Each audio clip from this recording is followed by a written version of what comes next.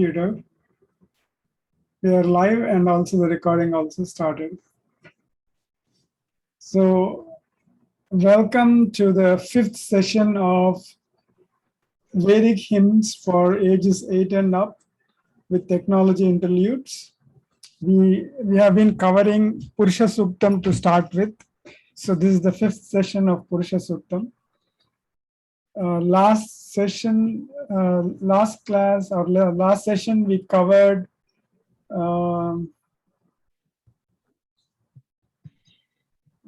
all these, which is this 8, 7, 8.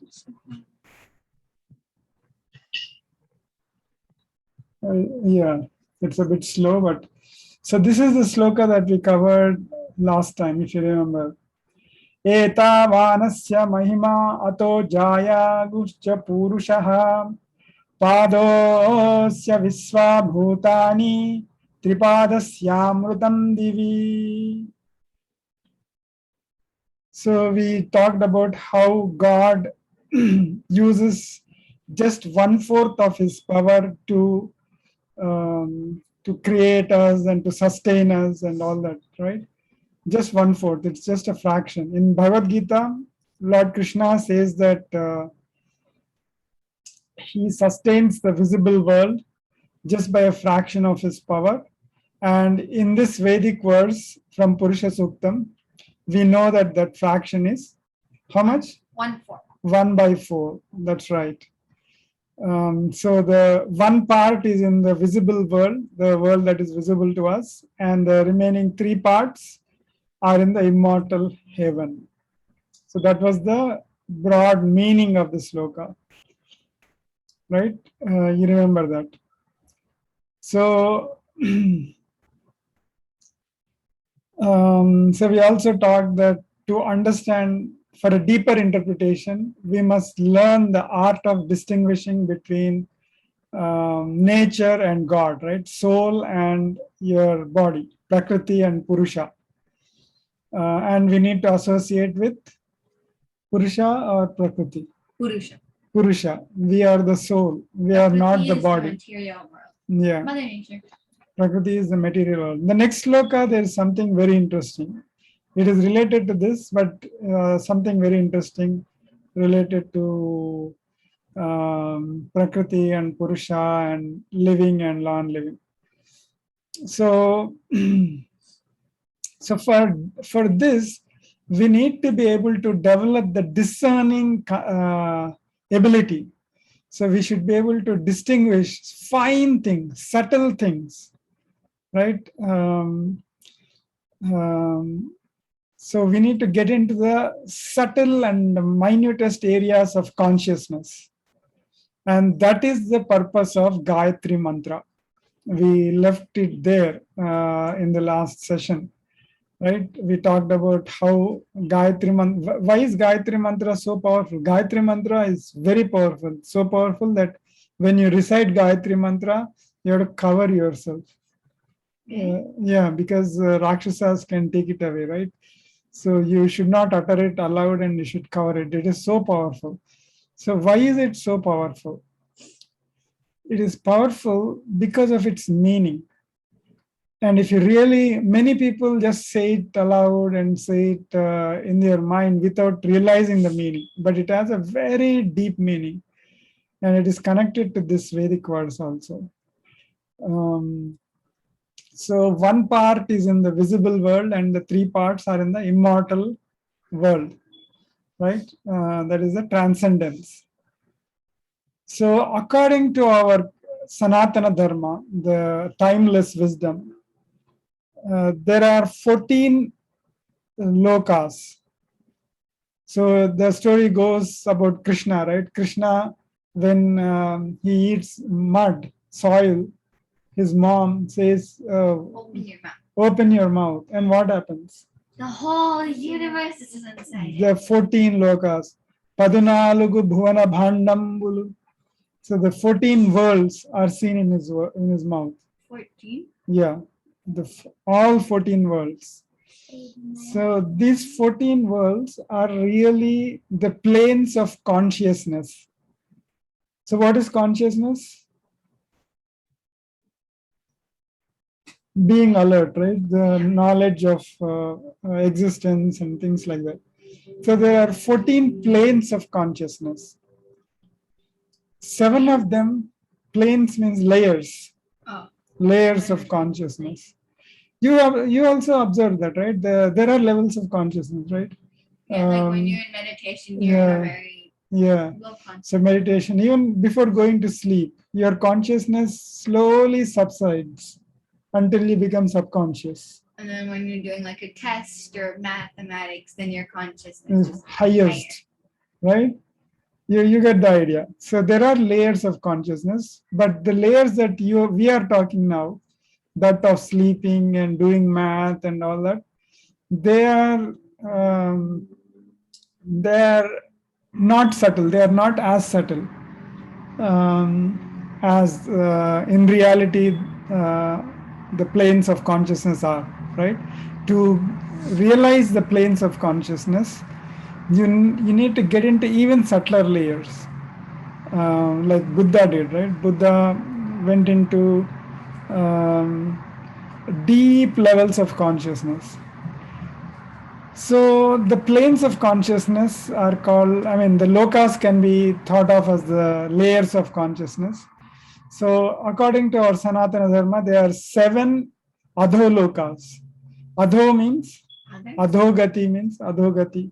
In Telugu also they say adhogati, right? Adho means lower. So adho means lower. Udva means udna. In Hindi they say udna, right? Ud means higher, going up. So there are 7 adholokas, that means lower lokas, and 7 urdhva lokas, which lower are and higher than what? lower and higher. Earth is at the bottom of urdhva lokas. So we are at the lowest level of consciousness. Whatever happens, your sleep, you're doing math, Wait, all that is in the lowest level of consciousness. is the lowest level of Ato? Yeah, we are. Earth is at the bottom. Oh, 1 second. Wait a minute. What am I saying? Earth is at the bottom of the top 7 lokas. So it's the eighth. I miss. So it's the 8th lowest. It's the 8th lowest. Yeah, it's not the lowest. That's right. Thanks for reminding. Thanks for asking that question. So the physical consciousness is at the bottom of the higher lokas. It is higher loka, but it is at the very bottom of the higher lokas. So all your sleep, your active mind, and all that stuff, it is at the bottom of the urdhva lokas. Like all of the both sleeping and mathematics, they're all part of one. Yes, plane? they're all one plane. Wow. According to our Sanatana Dharma, according to our culture, according to what is reality also, because some people have gone through this. So we are at the bottom of the urdhva lokas, the top 7 lokas. Ours is the 8th. You can think of it from the bottom. Ours is the 8th, and that's where the physical consciousness is. You feel physical consciousness, right? So that is Earth, and the worlds below it are subconscious. So the Pranayama Mantra, Gayatri Mantra, is also used for pranayama. What is pranayama? It's like the yoga. using your breath. Yeah, meditation using your breath. Very good answer. So the when you do pranayama, you typically recite Gayatri Mantra. So yesterday when we did Vinayaka Chavati Puja, we all would have done that, right? We close one nostril and say Om Bho Om Bho Om Swaha Om Maha. So that is actually Gayatri Mantra. What you said by touching your nose is actually the Gayatri Mantra. And the Gayatri Mantra is like the ladder through these lokas, through the 14 lokas. So it's you can also think of it as a ladder from Prakriti to Purusha. Prakriti is at the earth level, consciousness, physical consciousness. So from that to the Purusha Loka. Purusha Loka is, remember, Purusha only 1/4 is here. The remaining 3/4 is in the above lokas. So the highest lokas, from earth to the highest lokas, can be reached through this Gayatri Mantra. If you really recite it with full deeper meaning of the Gayatri Mantra. So the 7 Urdhva lokas, the top lokas, are like the steps to the God. From earth to the God. See, my grandfather used to say that many years back, several years back, people were able to, there was a ladder to the God, and people were able to climb that ladder to reach the God. But because people have started becoming bad, God removed that ladder. So he told me when I was 4 or 5 years old. I still remember it. He used to say that. So every night before sleeping, he used to tell me a lot of these kind of things. So now I realize through this mantra, after realizing the meaning of the Gayatri Mantra, I think what he said is right. So by meditating upon the Gayatri Mantra, people were probably able to climb the 7 layers of consciousness and reach God, because God is at the highest layer, highest 3 layers. Remember, one part of God is in the earth layer of earth, and the top 3 layers are also God, right? Then who are the other? And what are the other 10 layers? Okay, that's what we'll cover in the Gayatri Mantra. So let us look at what Gayatri Mantra means. First is Om Bhuhu, right? That is what you say first. So what is Bhu? The earth? The earth. Exactly. The earth, Bhudevi. right? Bhudevi. So Om Bhuhu means I meditate upon the Bhuloka, the physical plane, the physical consciousness. So when you say Om Bhuhu, you are basically saying that you are meditating on the physical plane, the physical consciousness, which you can feel. So that is the first part of Gayatri Mantra. Then what is the next one you say? Do you remember?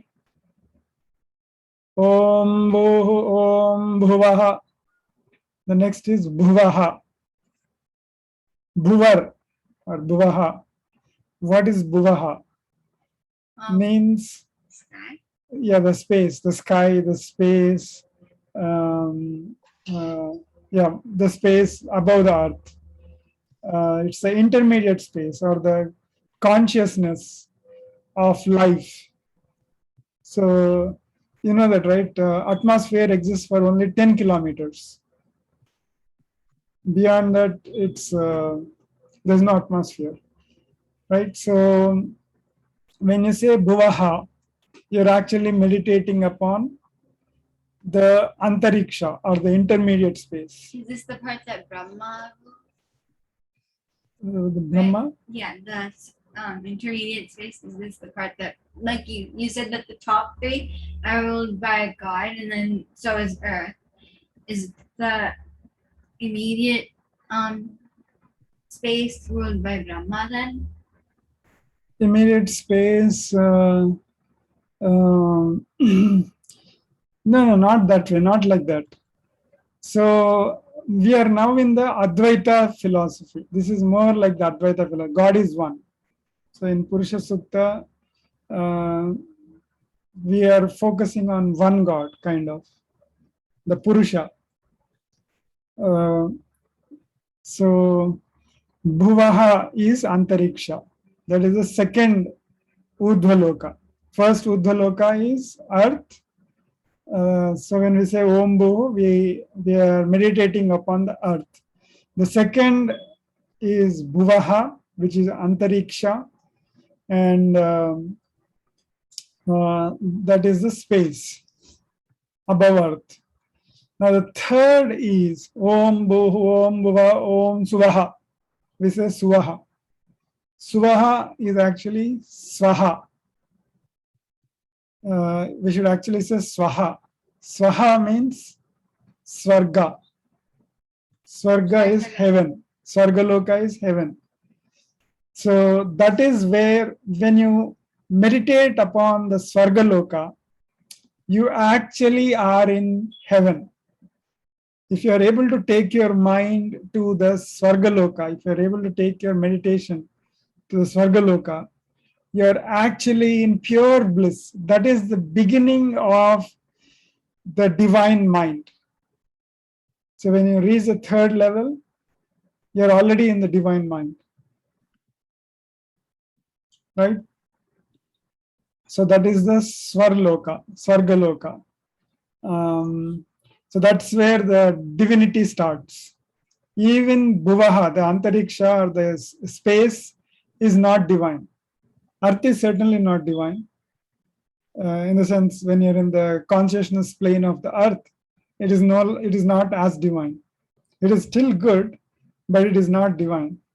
Bhuvaha also is not divine, but third layer, Swarga layer, that is where it is divine. So do you know why you ring bell near the god? You ring a bell, right? Yeah. In the temples and near the god. Is it because once you told us that when we're going to God, we hear a bell? Right, exactly. When you meditate deeply, you after certain stage you start hearing bells.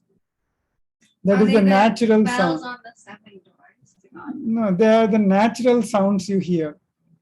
So my guess is the bell starts ringing once you reach the heavenly plane of consciousness, the Svarloka. So are the Swargaloka. bells in heaven? Yeah, the divinity. Bells are a symbol for divinity. Right? Not only our culture, other cultures also have bells, right? Like yeah, the bells. Bell is a normal thing. So I think the divinity starts in the third loka, and that's where the bells also start to ring. So if you meditate deeply and you are in the Swarga consciousness, Swarga loka level of consciousness, you start probably experiencing the bell. I'm not sure, but that is my guess.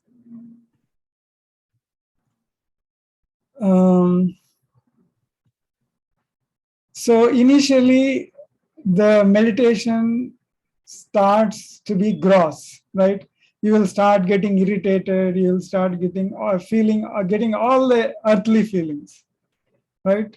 That's what they say when you go to these 11-day meditation camps. During Buddha's time, the meditation camps used to be for months.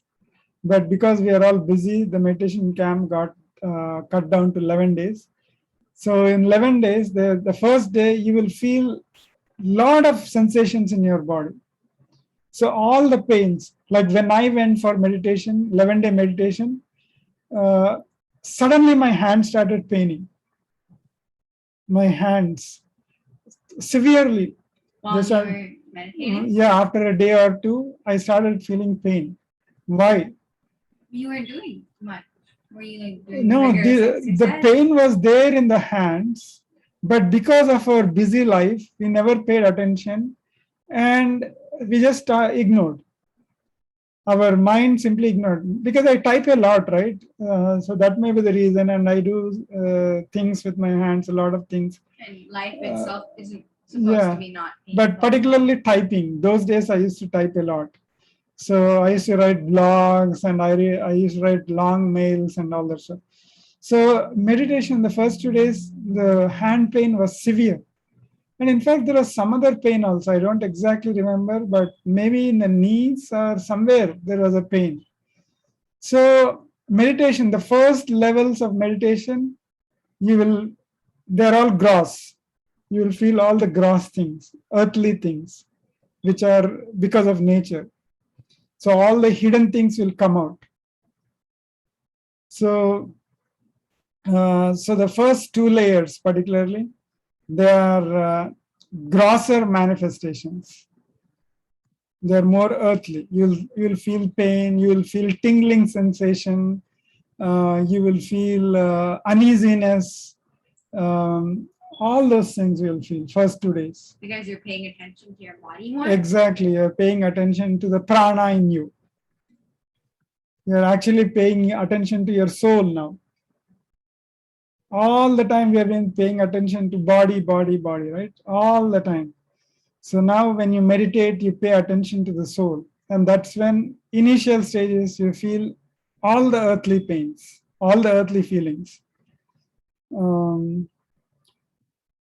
So then the meditation goes to subtler levels. So meditation itself takes you to subtler levels. That's the reason why you are able to feel the pain that was hidden all these years, right? But even subtler. So when you meditate even deeper, you go to even subtler meditation. So then the next layer is Om Bhuh Om Swa Om Bhuh Om Bhuva Om Swa Om Mahaha. Om Mahaha. What is Maha? Great. Great, exactly. Mighty, great. So this is where the power comes. Power of meditation actually comes. You will feel the all-pervasiveness of consciousness. You will start feeling like you start feeling the whole. I mean, I did not experience it, but this is my assumption. You will start feeling the whole universe kind of thing. That is why it's Maha, great, mighty. So that's where you start feeling the power. It is logical, right? That is why it's called the Mahaloka. It is a great loka. It's a plane of consciousness, a layer of consciousness. So the 8th one is earth, 9th one is sky, 10th one is Swarga, heaven, and 12th one is Maha. No, we are already in 12th. No, earth is 8, sky is 9, Swarga 9, is 10. Swarga is 10, so Maha is 11. Oh, skip 10. Mahaloka is 11. So Om Bhuh Om Sva Om Bhuva Om Maha Om Jannah. Next is Jannah. What is Jannah? Birth, life. Right. Why do you think so? Well, people say that when we're born, we're the purest we can be.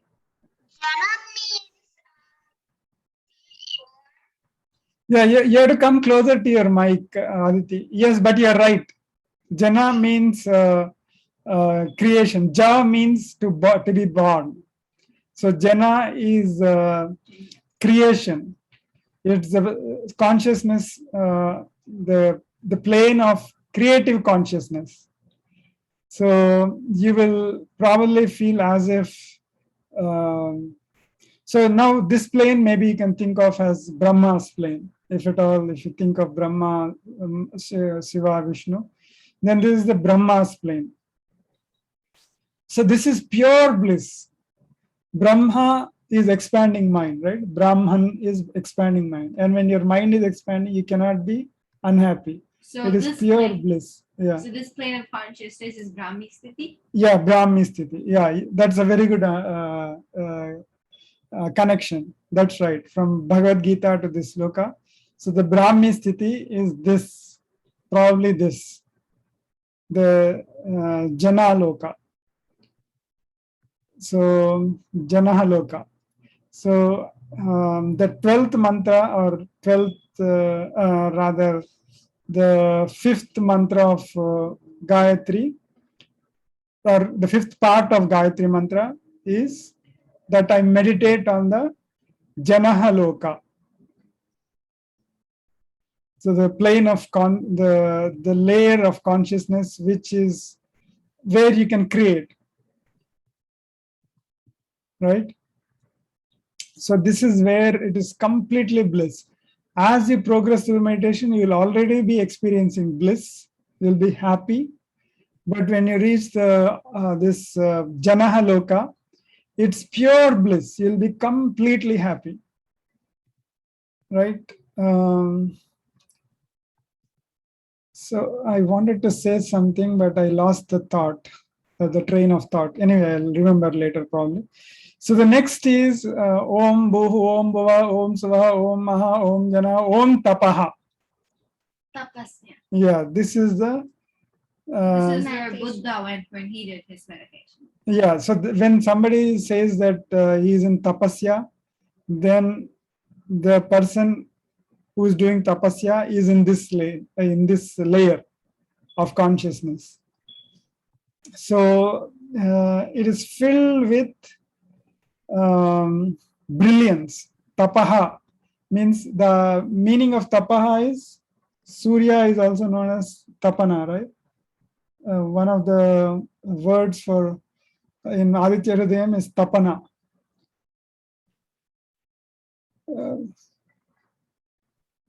There, I can't remember the sloka immediately, but yeah, one of the words is tapana. So tapaha is basically brilliance, brightness, illumination, power of illumination. So the sun god makes us tired through his the power of his illumination, right? That is why in Telugu, in Indian language, tapinchada means being exasperated or being tired, being restless kind of thing.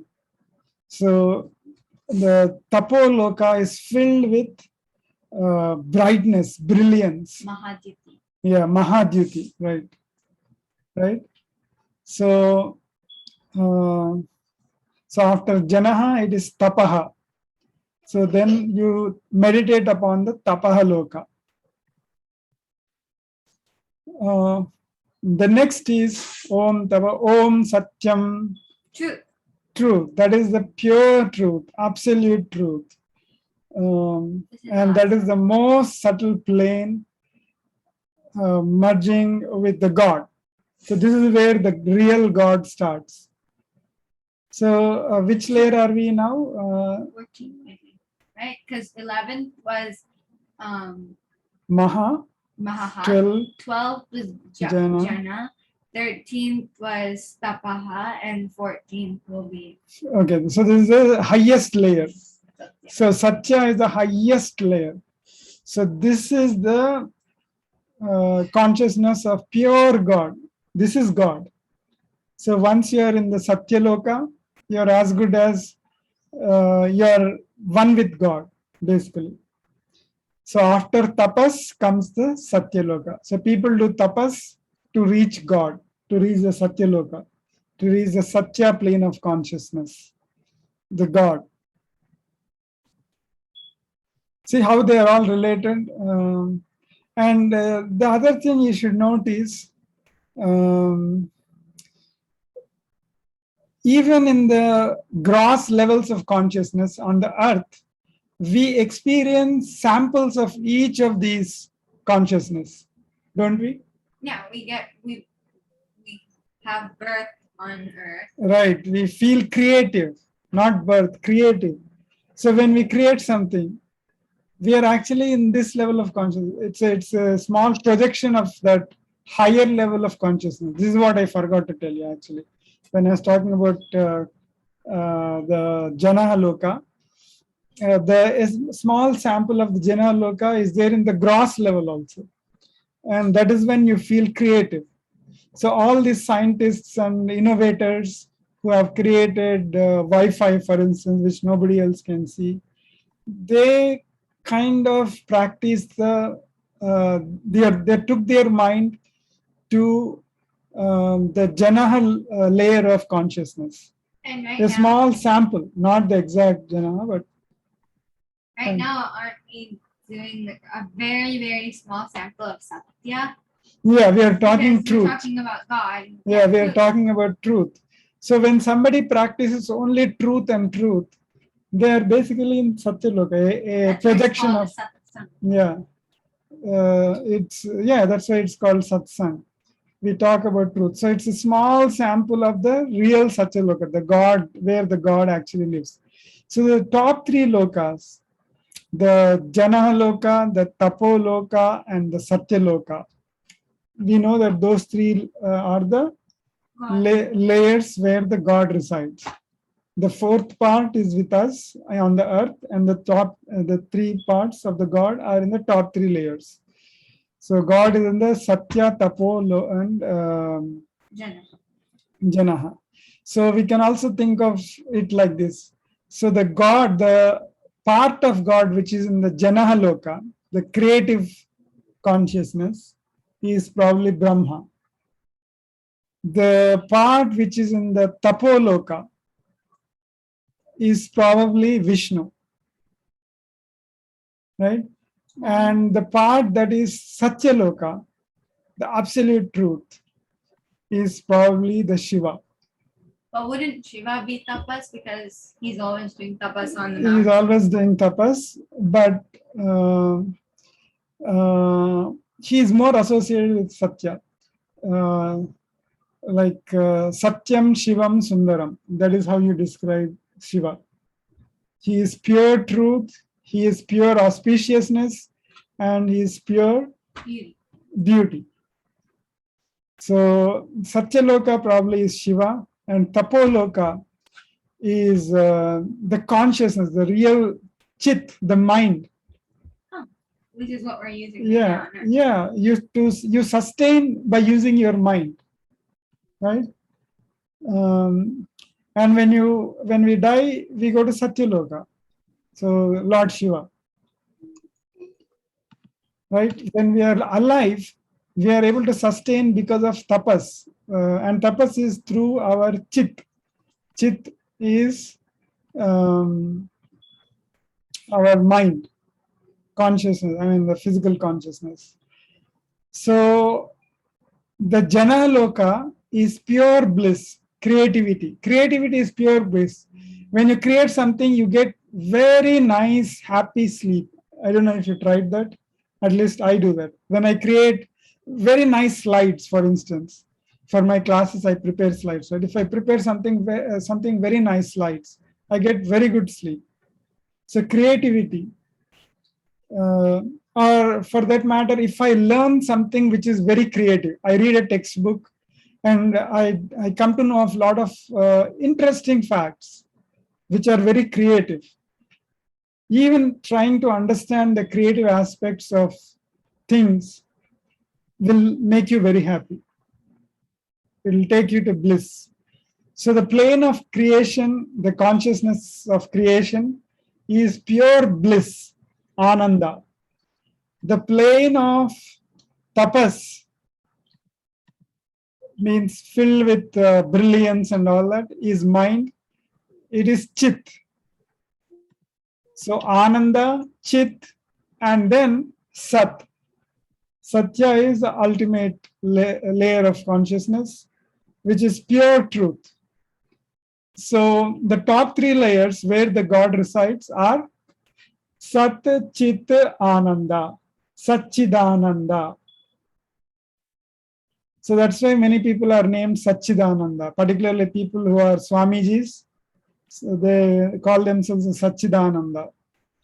Satchidananda Sadguru Sainath Maharaj Ki Jai. That's what you say, right, in the Sai Baba temple. So Sai Baba is considered to be Satchidananda, Sat Chit Ananda, always blissful. So God, the three parts of God reside in the Satloka, Chitloka, and Ananda Loka. Sat Chidananda, the top three layers. So that is what this sloka is trying to convey. That is the deeper meaning of this sloka. So to attain God completely, this is where we have to reach. We have to reach the Satchidananda plane. We have to be Satchidananda. We have to meditate so deeply that we get into the plane of creative consciousness. We get into, then later on we get into the plane of absolute brilliance, and then we get into the plane of absolute truth. Absolute truth. There's no truth beyond that. So then you are one with God. Right? So that is what this sloka means. And that is why many people try to practice that. Some people go to mountains. Why do they go to mountains to do tapas? Because there are, conditions are the earthly disturbances are not there, right? So, so you can think of Gayatri Mantra. See, Gayatri Mantra, we are basically meditating layer after layer until we reach the God. So what does it mean? Gayatri Mantra is the ladder to God. So my grandfather, instead of explaining me all these things, he must have just said that it's a ladder. He didn't tell me Gayatri Mantra. He did not use the word mantra. He did not use the word Gayatri. Because that's simpler for a 4 or 5-year-old to understand. Yeah.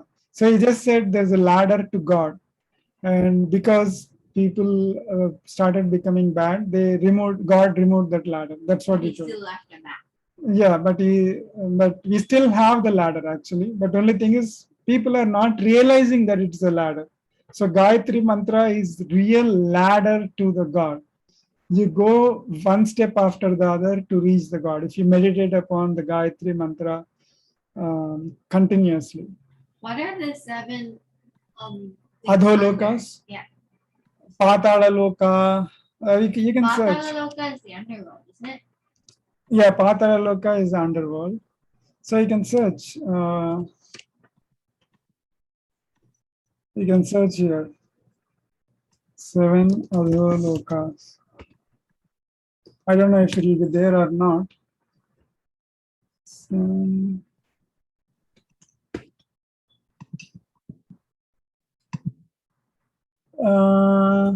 Atala, Vitala, Sutala, Rasatala, Talatala, Mahatala, Patala, and Naraka. Naraka is hell. Naraka is the worst? Yeah, that's the worst. So the above ones are Bhuha, Bhuha, Svamaha, and the worst are these Atala, Vitala, Sutala, Rasatala, Talatala, Mahatala, Patala, and Naraka.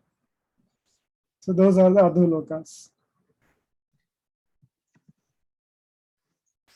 So I heard Patala. Sorry, what is it, Aditi? I heard Patala. Yeah, Patala is well noted to us. But if you watch some old Telugu movies, they refer to these 7 Adholokas also. Atala, Vitala, and all that. And you must have also heard about Naraka, right? Yes. Naraka is hell. Yes, So these are the 7. So we should always talk about the good things, right? So the 7 Urdhva Lokas is what we should be concerned with. So we need to develop this kind of subtleness of consciousness. How do you excel in science, math, and computer science, machine learning, and all these nice things? By going into the subtler levels of consciousness. There are samples of these 7 layers of consciousness, even within our earthly consciousness. So when you go into the Jannah level of consciousness, within the earthly level of consciousness, you start getting ideas, like the inventors, the researchers get ideas, right? So that's how they get ideas. So for that, you need to take your minds to subtler levels, not the gross levels. So, and the other thing to note is many people fight, many countries fight. And if you see the root cause of the problem, it is not a big thing. It is a very subtle thing. It is a very subtle thing, which others cannot see. Every time you have a quarrel, you try to see where the problem is. And you will see that the problem is very simple and easy to solve. Always try to look at that. So there's also a song in Hindi. Choti choti baaton mein fas gaya sansar. The whole world is stuck in small things. People are fighting for small things, really. It's not really a big problem. So you will be able to It's like what is it called?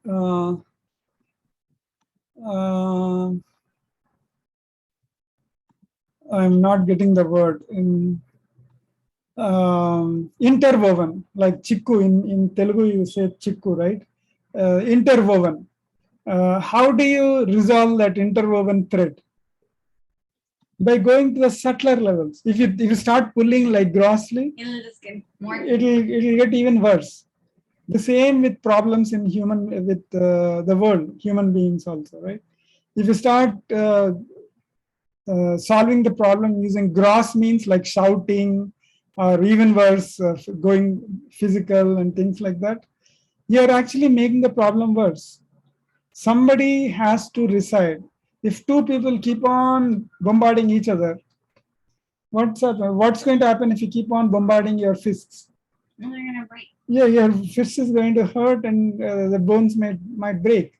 So at least one fist has to come back and understand. So that is why being subtle is very important in life. Being able to see at a very subtle level is very important. Gross is it will not lead you to any solution. Being gross will not lead. So meditation will take you to those subtler levels. Even within the consciousness plane of earth, even the physical consciousness plane, you have these minor samples of these individual 7 layers of Uddha. I mean, there are the other layers also are there in your physical consciousness, right? Like for instance, when you are constantly complaining, shouting, cribbing, crying, weeping, where are you? You're in Naraka, you're in the Adholoka. You have gone to the grossest levels of consciousness into the Adholokas. Because you are creating a hell for yourself. Nobody is sharing that hell with you. It's only you. When the person who is shouting and cursing and doing all those things, he is in hell. Nobody else is in the hell, right? In the same hell.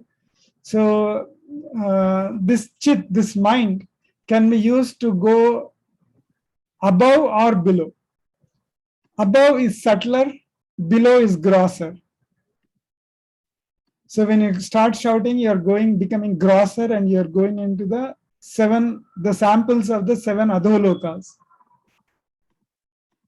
So within the earth level of consciousness also, you have samples of both the adholokas and the urdhvalokas, the layers of consciousness, right? So people who are researchers, who are inventing stuff, are in the subtler layers of mind.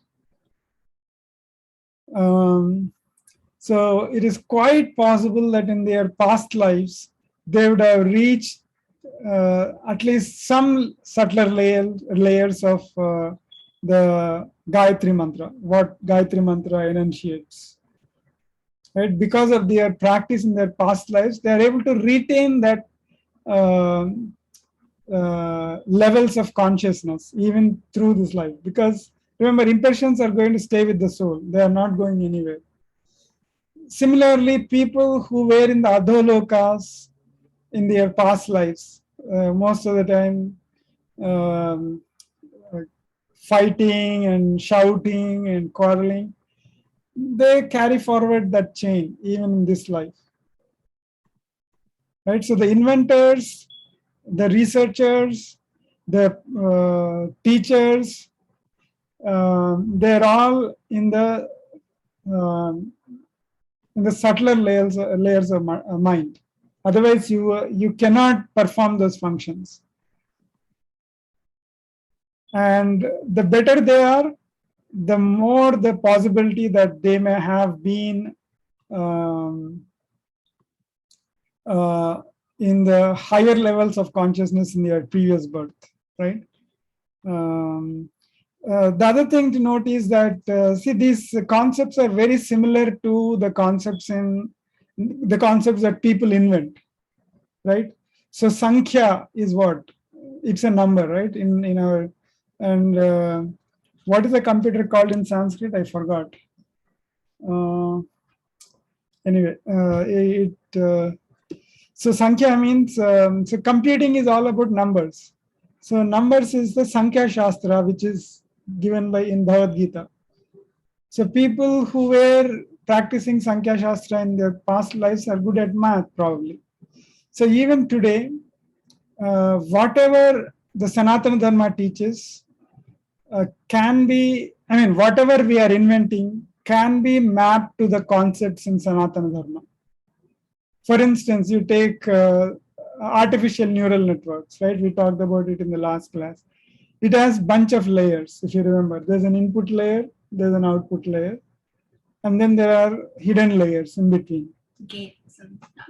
Yeah. So yeah, gates was used to give an example. So there are layers, and the concept of layers is coming from the sloka, right?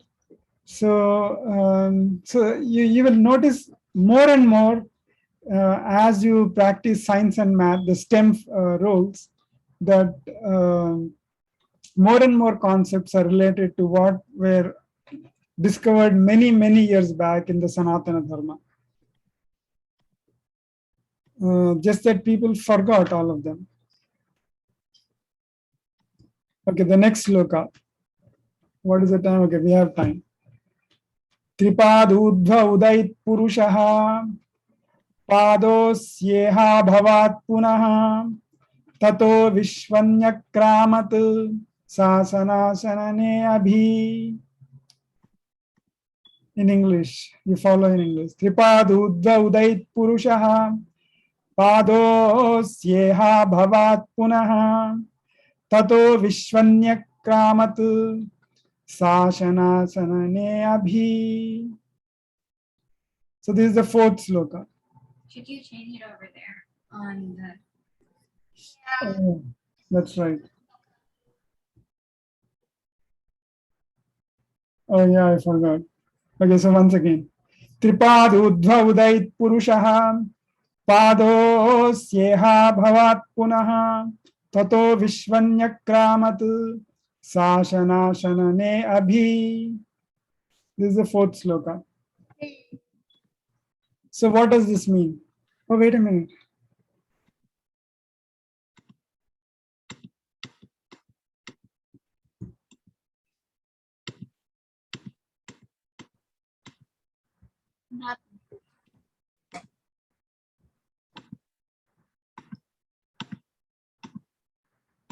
I think I missed the slide. There was something else. Anyway, so this is kind of, yeah, so this is kind of a slight repetition of the previous sloka, right? Let me check. Why is this? I may not have saved it. Okay. So this is a kind of continuation of the previous sloka. So in the previous sloka also, it was said that the three parts of Purusha is high above in the Satchit Ananda, right? And is one part is in the creation. Okay, let us look at the meaning of the words. Tripada. Tripada means what? Three means three. Pada means actually feet, or it could also mean parts. So three parts. Urdhva, we already covered. Urdhva is the top layers. Udaihi. Udaihi means Udaya, Ud, they means going up, higher. Yeah. Udait Purushaha means the Purusha, who is the God, ultimate Purusha, Purushottama, is the God. On the third highest layer, the God. Yeah, he is in the three parts of God are in the top layers of the consciousness. Padosyeha bhavat punaha. So pada means again part. Asya means his, right? Asya, you know, his. Bhavat means, yeah, bhavat. Bhava means happening.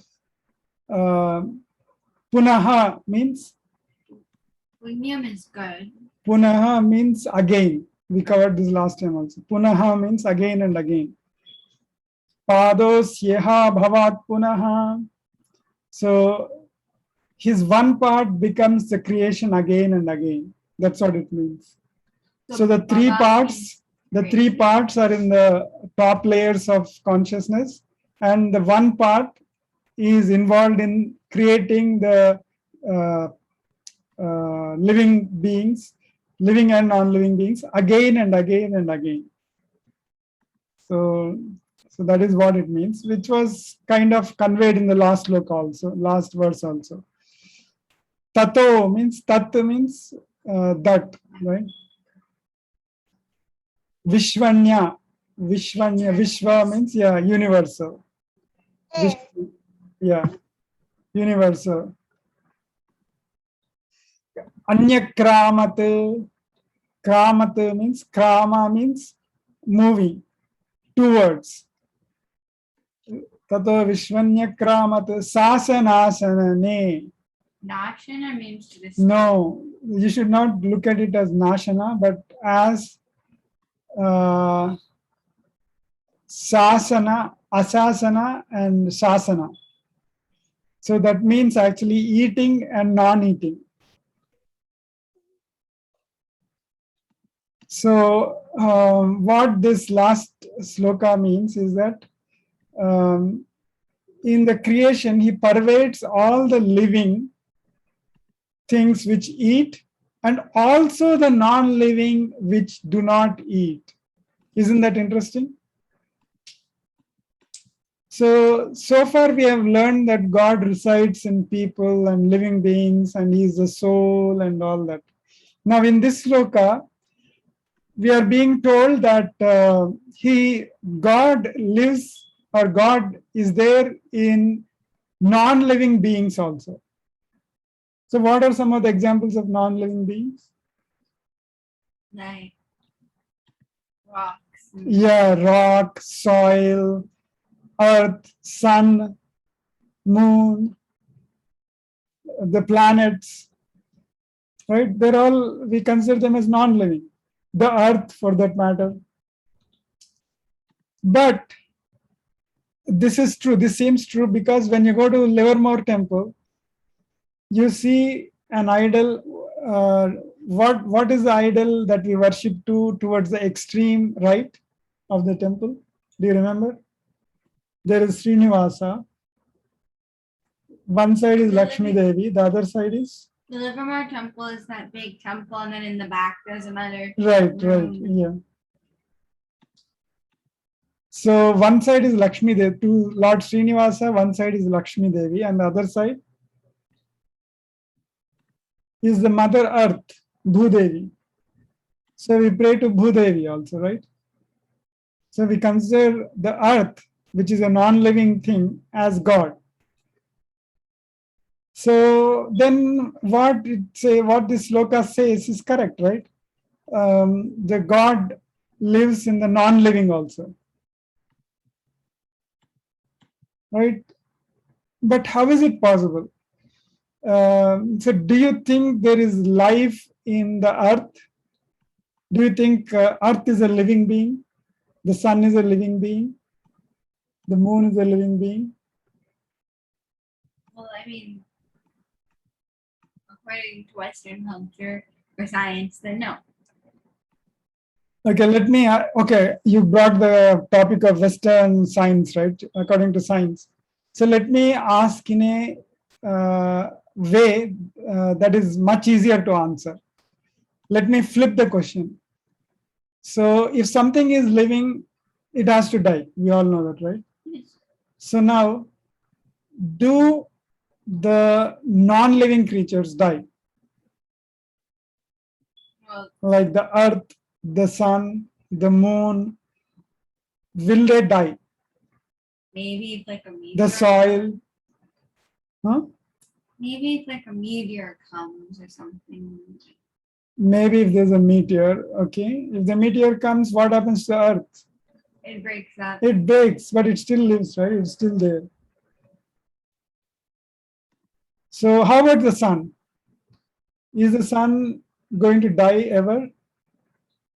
According to science. Not for a long time. Hmm? Not for a long time. Not for a long time, but it is going to die. But it would explode in 10 million years. Yeah, it is exploding all the time, right? That is the whole reason why we are getting energy from the sun. Nuclear fusion and fission, through those processes, we are getting the light and the heat from the sun. So now the question is, will the sun live forever, according to science? Okay, let me ask you in a different way. What is sun composed of? Yeah. Gas, very good. And what gases? Burnt gases? Sorry? Nitrogen. Burn gases? Well, I mean, by burning it creates energy. So gas, right? So what gases? What are some of the gases that you know? Nitrogen. Nitrogen.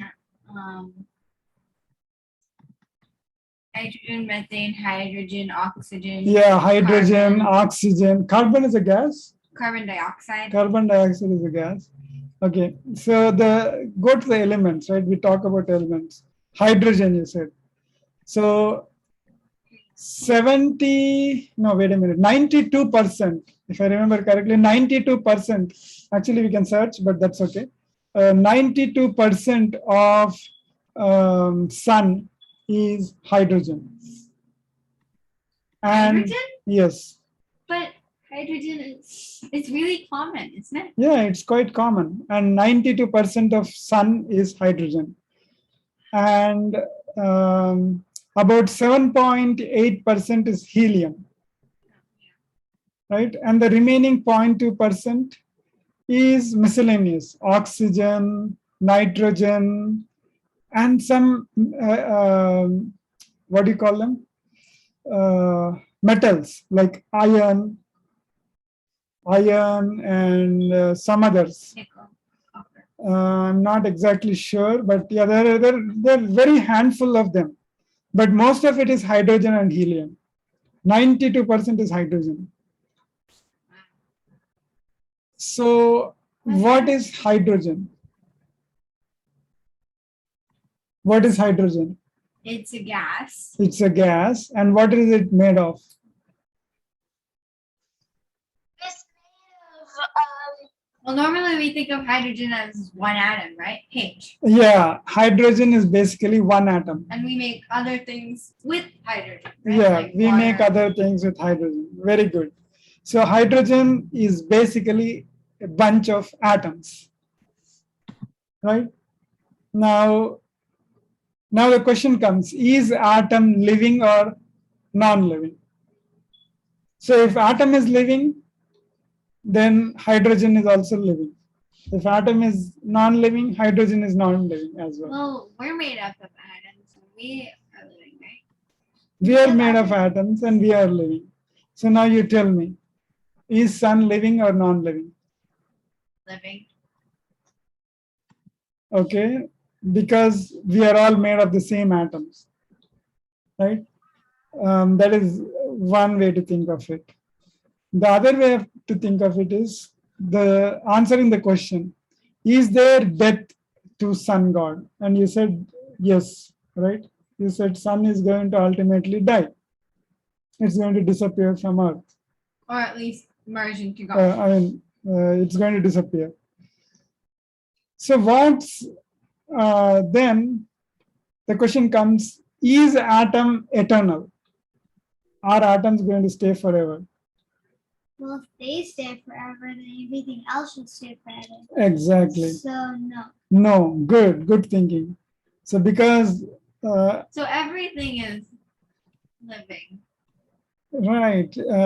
So atoms decay, particularly the heavier atoms. So there's something called radioactive decay. You will study it in 9th grade if you haven't studied Like already. radioactive Yeah, metals. radioactive metal. stuff. Can you give me an example of radioactive metals? Well, we studied a little bit about it last year. But mainly we learned about how mainly we learned how radioactive metals and stuff are stored underground so they don't explode. Yeah, why do they explode? If they're met with other metals or other gases and things and flammable liquids. No, they automatically decay. They automatically decompose because their atoms are heavy. Heavier atoms automatically decompose, they decay. That's why they're put underground. Yeah. So it decays. Wait, so the sun is never going to explode? So It will burn. So atoms decay also. In general, the entire matter decays. Yeah. Atoms also decay. They throw a bunch of particles when they decay. That's why when you rip paper. Yeah. So everything is going to disappear. Every minute, there are many stars which are being born and which are Burning out. dying.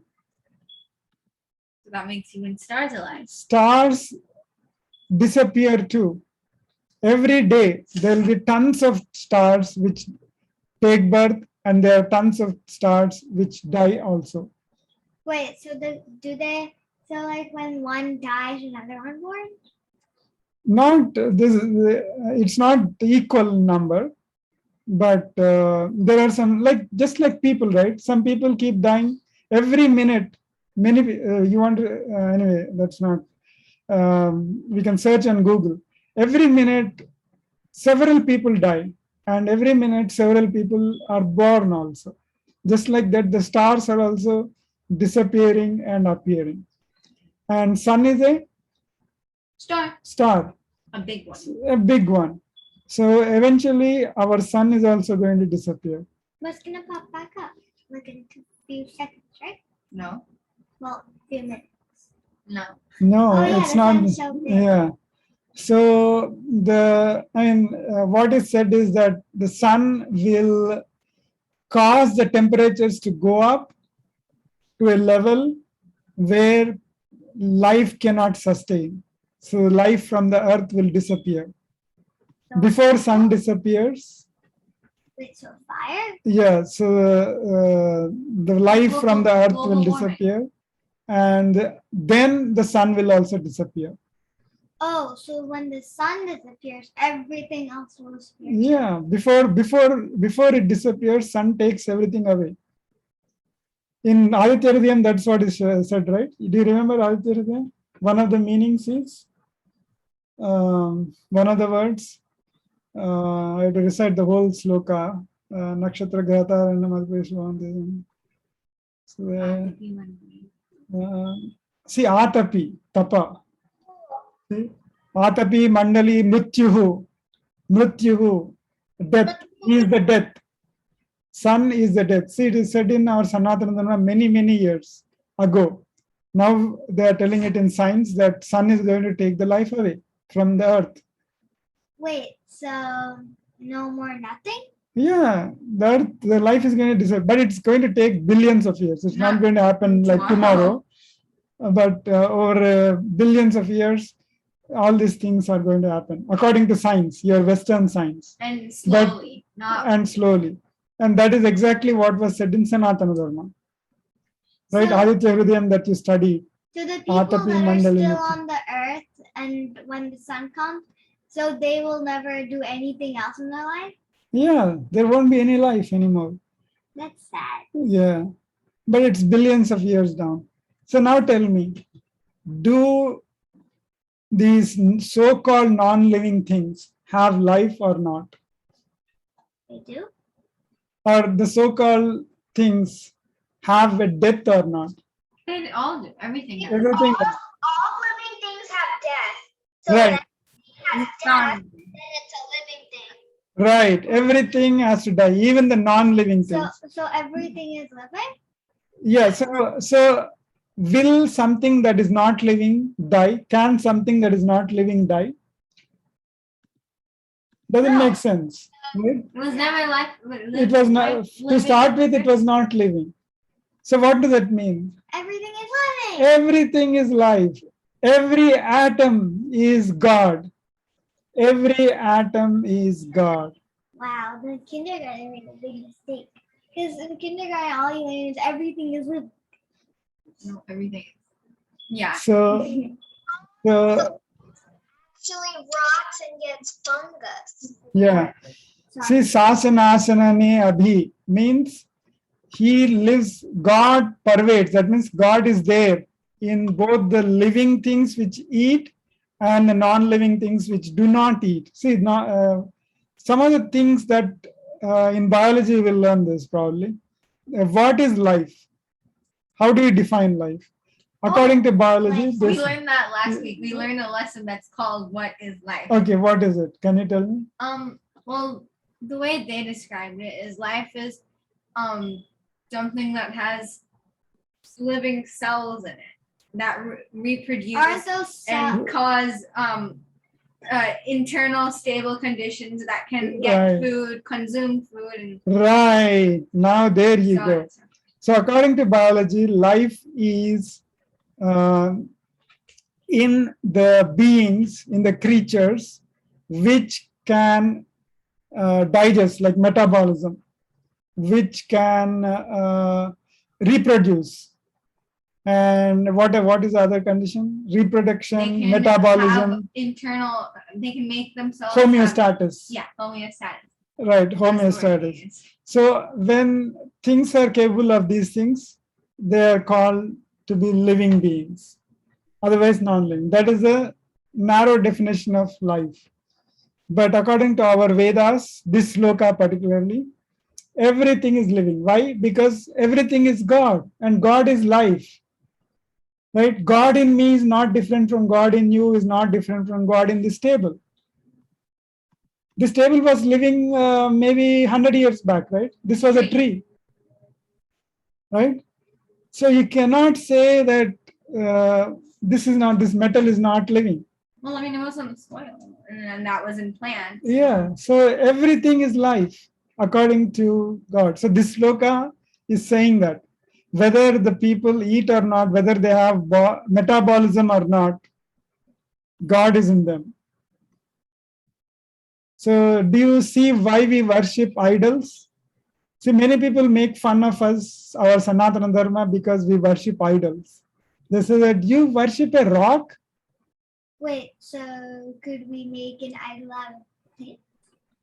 Oh wait, if you take a plant from a tree, they used to think it's not a tree. Dude, that's what we do at the beginning of every puja. Like during Ganesha Chaturthi, we make it out of We make it out of clay, and we the first part we try to invoke God into it. Right, we invoke God into it. Hey, we plan to use this modeling clay for Ganesha. Right, we use clay for Ganesha, right? But we And don't use anything.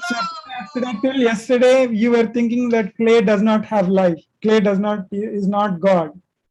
But clay is God. So there's no need to do those inviting pujas. Let God do. In your mind, that is for your mind. Oh, For your mind, you have to remember that there is God inside this.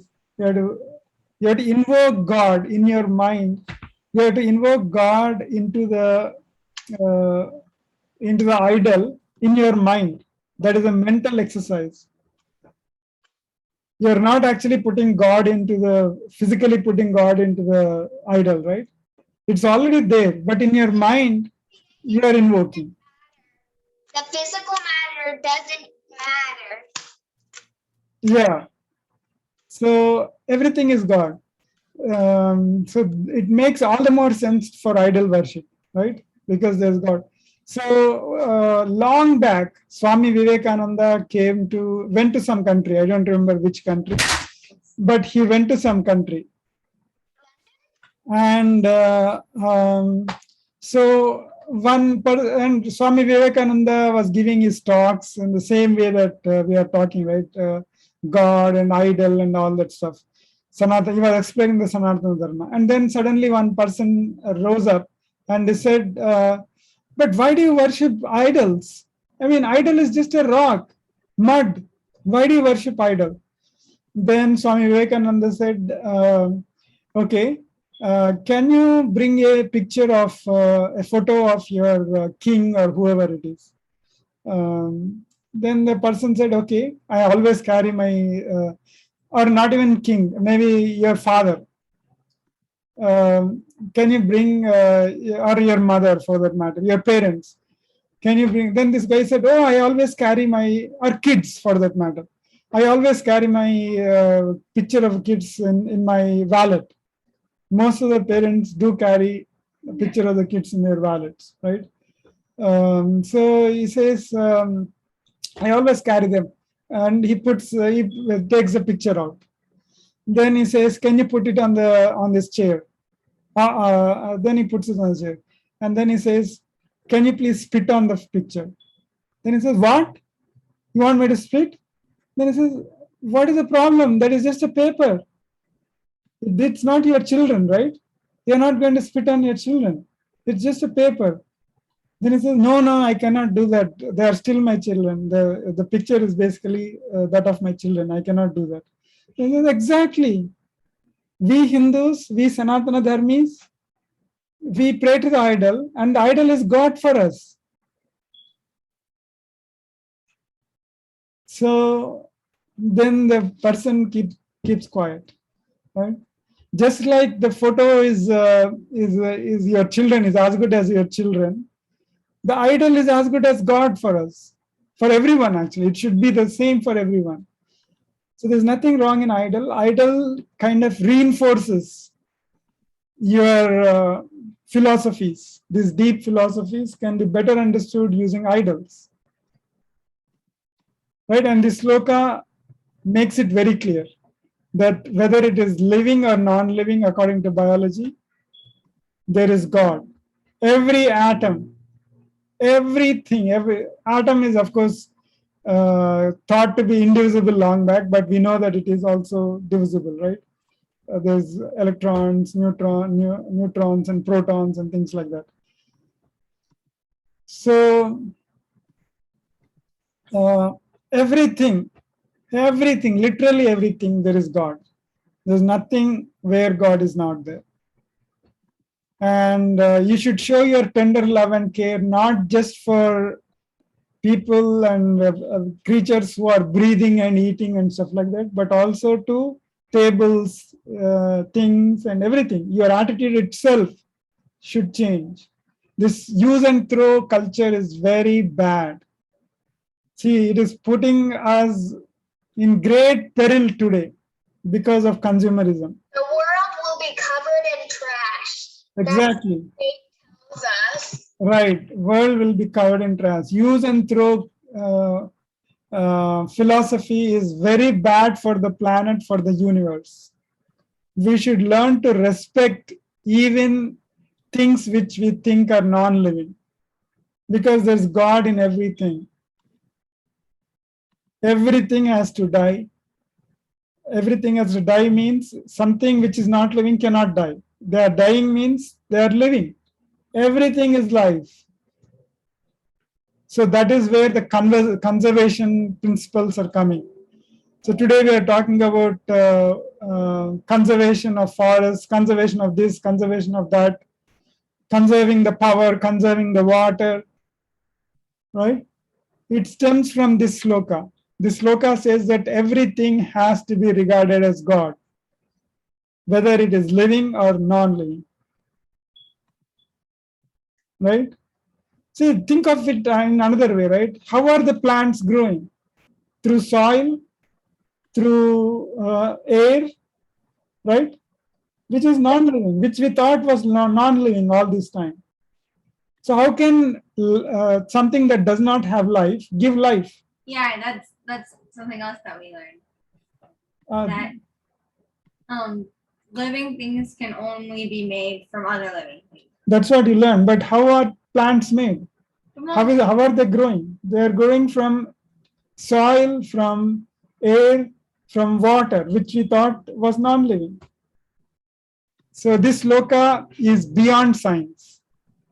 This sloka is true science, not beyond science. It is true science. Satyam. Satyam. Everything that you find in this world and beyond this world is God. It is living. And we have to show our respect to everything.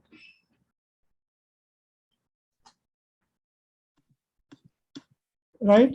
So that is the essence of the Purusha Suktam. See how deep these slokas are. When somebody reads this, what does this mean? There in creation, he pervades all the living and non-living world. So what?